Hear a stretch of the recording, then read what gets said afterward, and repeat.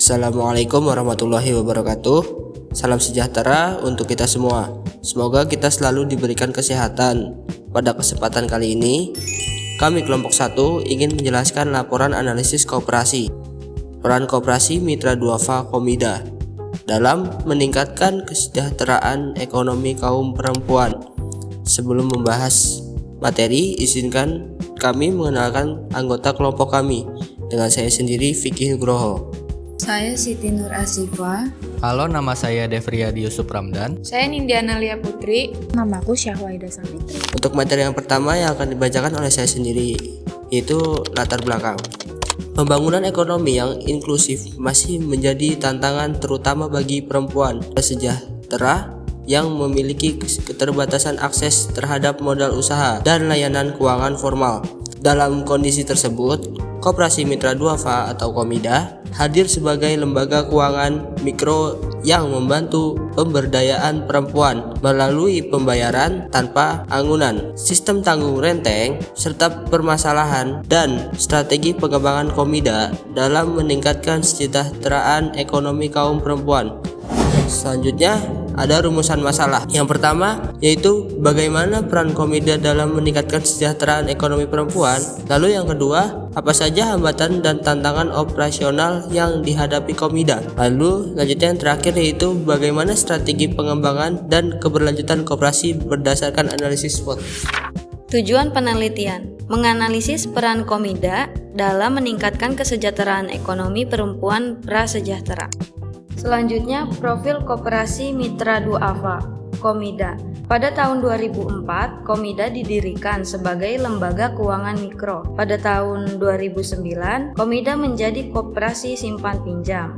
Model yang digunakan mengadopsi model Grameen Bank dari Bangladesh. Fokus utama Komida ada pada perempuan berpendapatan rendah. Prinsip yang dipegang adalah kepercayaan, gotong royong, dan pemberdayaan masyarakat.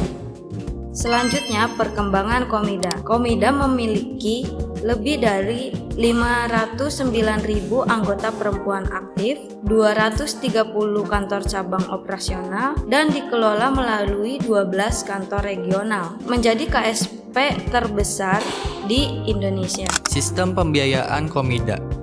Yang pertama ada pinjaman tanpa anggunan. Yang kedua ada sistem tanggung renteng. Yang ketiga ada pertemuan kelompok mingguan. Yang keempat ada pendampingan usaha secara berkala.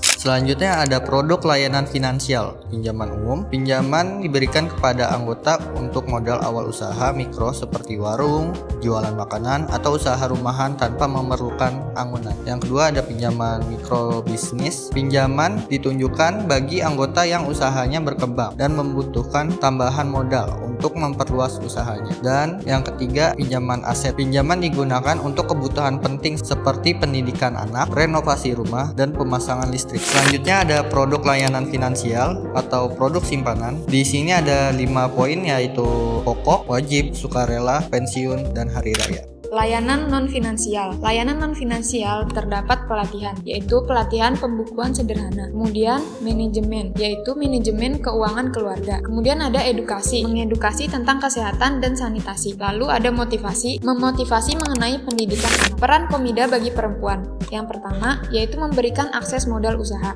Yang kedua, membantu perempuan memulai usaha kecil. Yang ketiga, membantu dalam meningkatkan pendapatan keluarga. Yang keempat, membentuk kemandirian ekonomi bagi perempuan, dan dampaknya yaitu perempuan menjadi lebih aktif dalam kegiatan ekonomi dan pengambilan keputusan keluarga. Dampak sosial dan ekonomi. Yang pertama ada dampak sosial, yaitu dari sisi pendidikan. Pendidikan anak menjadi lebih baik. Kemudian dari sisi kesehatan keluarga terjaga dan meningkat. Dan dari sisi kepercayaan kepada perempuan ikut meningkat. Poin pertama dan kedua yaitu risiko finansial.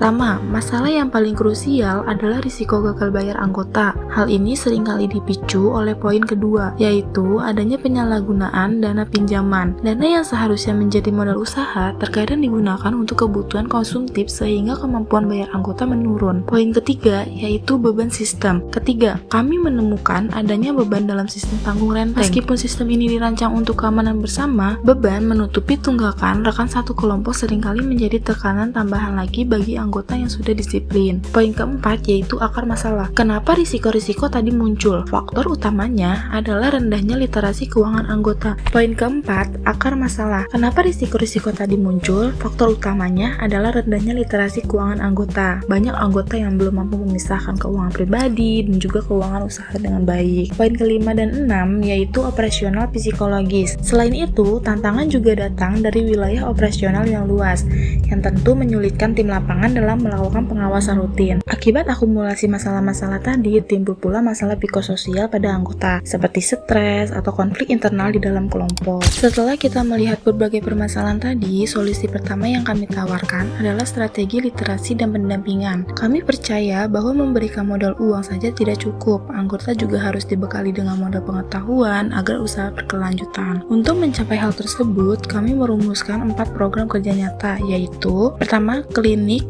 bisnis mikro mingguan. Kedua, pelatihan pembukuan sederhana. Yang ketiga, pelatihan pengembangan usaha. Yang keempat, pendampingan pemasaran UMKM.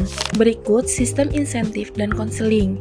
Pertama, kita lihat di sisi kiri, yaitu bonus untuk kelompok disiplin. Selanjutnya, potongan jasa pinjaman. Terakhir, penghargaan kelompok terbaik. Kedua, di sisi kanan, kami menyediakan sistem pendukung, yaitu konseling konflik kelompok. Selanjutnya, pendampingan psikososial. Terakhir, pelatihan mediasi untuk pelatihan lapangan. Sebagai penutup dari presentasi kelompok kami, ada beberapa poin kunci yang dapat kita simpulkan mengenai analisis koperasi ini. Yang pertama, Komida terbukti memiliki peran yang sangat besar dalam memberdayakan perempuan melalui akses finansial yang diberikan. Yang kedua, sistem pembiayaan yang inklusif ini sangat membantu masyarakat bersejarah untuk mendapatkan modal usaha yang sebelumnya sulit dijangkau. Yang ketiga, dampak dari program-program ini tidak hanya dirasakan pada sektor ekonomi saja, namun juga memberikan dampak sosial yang nyata bagi para anggotanya. Yang keempat, meskipun memiliki dampak positif, tantangan operasional yang tadi telah kita bahas masih perlu diperbaiki agar kinerja koperasi semakin optimal. Yang kelima, terakhir, penerapan strategi SWOT yang paling tepat menjadi sangat penting untuk menjaga keberlanjutan koperasi dalam jangka panjang.